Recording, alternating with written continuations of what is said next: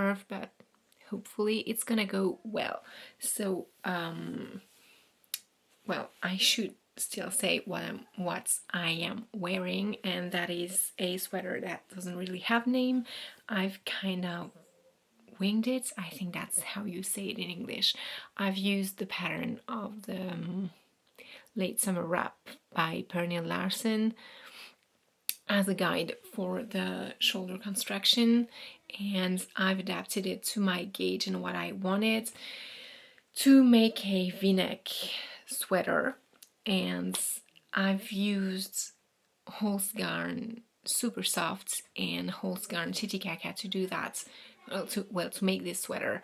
I will insert the colorways on the screen because I can't remember them right now, and I will not try to remember them. So yeah, that's what I'm wearing. I've adapted the row counts on the shoulders here and on the increases. For the armholes, I actually added some increases, and I should probably have not, because I think the armhole depth is too much, like it's here while my armpit is here, so that there's definitely too much of it, but I still like the sweater. I want to also talk to you about my next project, because I have finished a Florence tank top. Might add a few images here if I remember it. If I don't, I'm gonna put them later on, and maybe explain you the story of that project. But well, as I said, I'm French. I live in France, and recently in France it was Les Soldes, which is Black Friday for America, pretty much. And so I bought yarn, not a lot, because I'm trying to be more responsible with my buying of yarn and fabric, because I also sew. And yeah, when I saw Gabardine Cashmere Classic on sale, 50% off, in my favorite color in the world, I was like, okay, that is a mindful purchase. So I don't have enough to make an entire sweater out of it, but I can make a vest. And when I think that would be great, because that color I think works for both fall and spring and summer. And I mean, basically you can wear whatever color whenever you want, but yeah, I think both the yarn weights and the color would be appropriate for a vest. And I was hesitating between two vests that are very different. One that is a vest, that is the Bruno vest by Moreka Knits. I've never made any pattern from this designer, but I've heard a great deal about it, and basically everybody says the patterns are very well written and everything. I've heard about her in aka Nora Knits, Nora's podcast, and also in, I think it's, her name is Emily, Easily Influenced. Both of them talked about Moreka Knits patterns, and in Easily Influenced specifically the Bruno vest was mentioned. I think in the end it didn't work out for her, but still I'd like to try it, because I really like, especially when it's worn without anything, you know, underneath it. When I go have a look at the various projects, I didn't like that much the way it's worn sometimes with a shirt underneath it like that. It's not my style, but worn on its own, I think it's beautiful and I really love it, and it has a casual yet very work appropriate vibe to it that I really like. And my other option was actually a top by Lily Kate France's Ravelry store.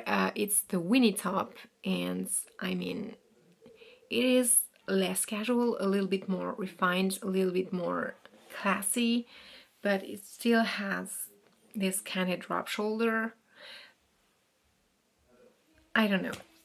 I'm hesitating. This one is more classy, definitely, and overall more my style, but it's also less warm because the cleavage is much more open, and so if it is more open, it doesn't keep you as warm, and it's also using less yarn. And if I choose this one, I might end up with scraps, and I don't know what I would make with that. So yeah. On the other hand, the Bruno vests, I think I have exactly the yardage that's required, but usually I'm the girl who buys more balls of yarn to make sure I don't end up playing yarn chicken. The downside of that is not the downside, the down. I'm blanking on the right expression here. Anyway, the problem with that is I generally end up with yarn scraps and sometimes entire balls, but like one ball of one color that I have nothing to do with, and so I have to buy more yarn to use up those scraps. But I'm afraid I will end up playing yarn chicken, so I buy more yarn than I need, etc., etc.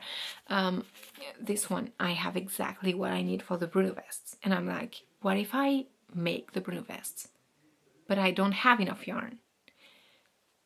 And I will end up having to buy one ball, but it's gonna be different dye lots, and you know, I'm just, it's all in my head right now, and it's probably not a problem. I have the right amounts of yarn, and I should trust the designer about the yardage that's required. Or I could do the Winnie top. That's more my style, but it's not gonna be as warm, even if I have leftover yarn. Do you follow me? Is what I'm saying making any sense to you? Please tell me that it is, because I feel like I'm... Anyway, so those are my projects right now, because I am more of a monogamous knitter, and I have just finished my Florence tank that I'm gonna show you. So see you later. Bye. Now on. So I think that's everything I wanted to share about my Stitches sweater. And as of today, it's been on my needles. It's been a project. It's been a whip for 146 days today. And that, my friends, is everything I have for you this week. I hope you enjoyed.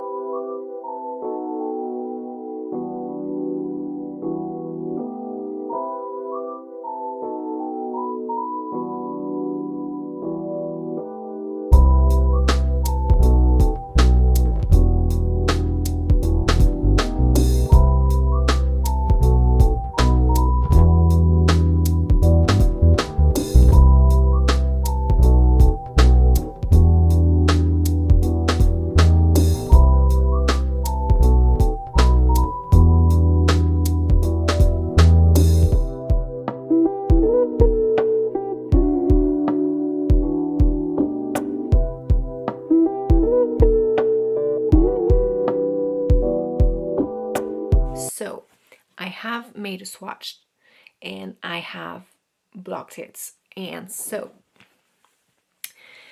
before blocking, my gauge was 24 stitches for 35 rows per 10 centimeters or 4 inches, and after blocking my gauge is 23 stitches by 36 rows. So for the Winnie top, the recommended gauge is 21.5 stitches and 29 rows, so my gauge is clearly off for this one. But for the Bruno vests, the recommended gauge is 23 stitches, so in stitches I am spots on, and 33 rows per 10 centimeters. And so my gauge is off for the rows because I have 33 rows, but I do have I've got 36 rows instead of 33 as recommended in the pattern, but I have 23 stitches like recommended in the pattern. So I think I will go with my first idea, which is making the Bruno vest, and later on I will buy another yarn to make the Winnie top, because I still think it's a beautiful pattern and I love it. But you know, at least I will use all of my yarn on this one, and I have the right gauge with 3mm needles, because yes, it is DK weight yarn, but I have a very loose tension in my knitting, so I always size down. For example, here the recommended needles were 4mm and I'm on 3mm, so yeah, that's it. So I think I'm gonna buy the pattern and start a little cast on party tonight. See you! Hi guys, it's me again. We're Wednesday, a few days later, and I've worked a little bit on my Morika Knits Bruno vest, and I've made quite a good progress. I will insert some other images, but here's my back panel that I've been working on, and I've had a few thoughts, so I wanted to share them with you to just help myself clarify what I think. And yeah, so basically I think I already told you that my row gauge was massively off. My gauge is 3 rows shorter than what the pattern says. I think there is a reason for that, and the reason is, whilst the yarn I'm using, Cashmere Classic by Gepard Yarn, is supposed to be a DK according to its Ravelry page. I have it in front of me and it says DK, but I don't know if you will see that, but those are 25 gram balls. I don't know if you can see it, but yeah, 25 grams and 105 meters. So 100 meters for 25 grams is 200 meters for 50 grams and 400 meters for 100 grams. So to me, that's fingering weight. And that would explain why I have such a big difference in my rows. However, my gauge is so loose that would explain why my stitch gauge is good. Okay, so that's my first explanation. I don't really care. I'm gonna keep going on with my project as is. However, the pattern uses rows at some points and not centimeters. Like, it's not telling me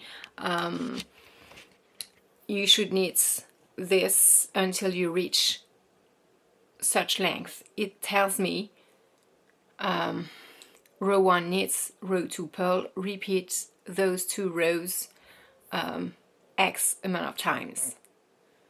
And X times, or I don't know, I'm not sure what I said is correct in English. However, bear with me, I think you understand what I mean. I need to check, quick math, and adapt in order to reach the proper length. So 33 rows.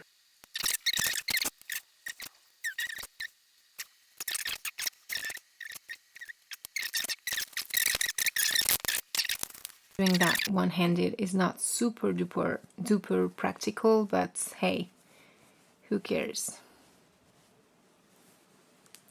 Yeah, I think I'm massively wrong. That's just not possible. Yeah, I'm bad at math. I need to check again. You know what, guys? I'm gonna leave it here for the moment, stop recording, try to do math without talking to you. I think it will be easier if I actually dedicate all of my focus to mathing out this. But basically, I have to calculate, depending on my row gauge, which heights I should reach right now, and adapt how many rows I actually need to make sure I have the right measurements. So yeah, that's where I am right now. But let me know in the comments what are your thoughts about Cashmere Classic, if you've already knitted, because yeah, to me this doesn't say decay, it says fingering, so I don't know. Guys, I've literally just turned off the camera, read again, and just figured it out because oh my gosh, I'm so bad at math. It's terrible.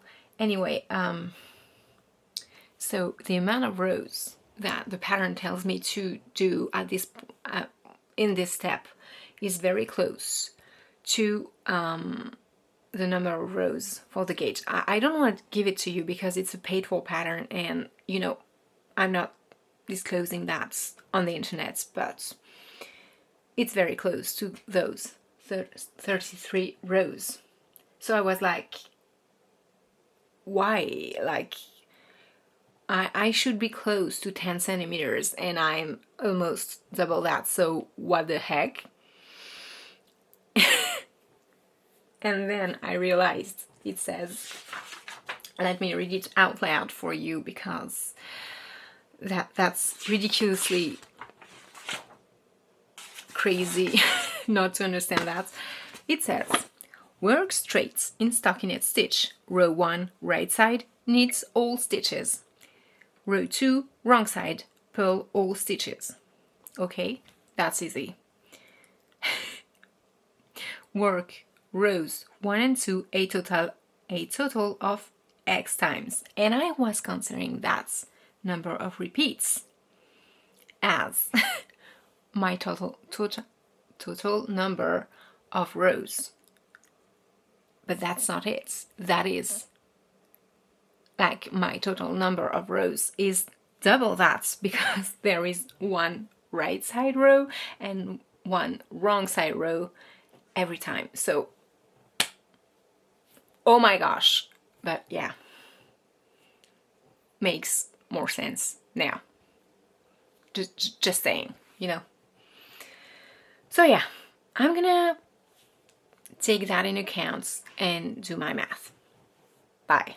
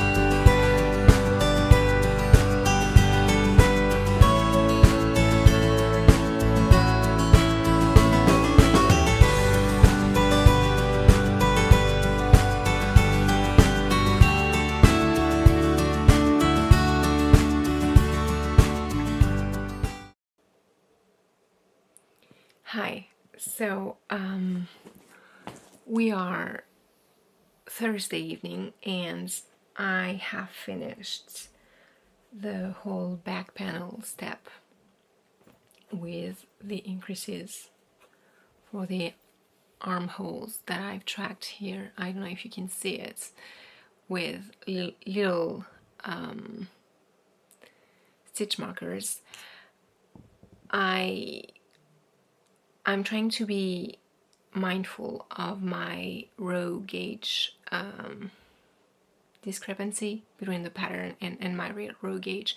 So I have calculated that the height of the whole increase armholes increase section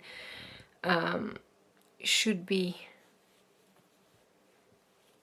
7.3 centimeters long, while mine will be 6.7 centimeters. So there is half a centimeter of difference. I don't think that is a lot, especially given I have already compensated for the section before, like I've added some rows to make sure the difference was not too much. So I think if this half centimeter really is bothering for me, I can block it out in the end. So I think I'm gonna end this vlog with that. I have a few other projects in mind, specifically more sewing, because I'm trying to get back into it, put it back in my routine, which is not easy. It's been pushed off to the sides. I've been a stay-at-home mom for a while, and I had time to sew when I was at home, but then I started another training, like something mostly online, but then I had to make an internship in a company, and then I found a job and I went back to work and everything. And since that is starting 2022, I haven't had as much time and energy to sew as I used to, but I really love that too, so might put a few images of that at the end of the video. Anyway, I hope you liked it, and if you did, well, subscribe to my channel. You can leave a comment below, tell me all about what you are making, and yeah, see you in the next one. Bye.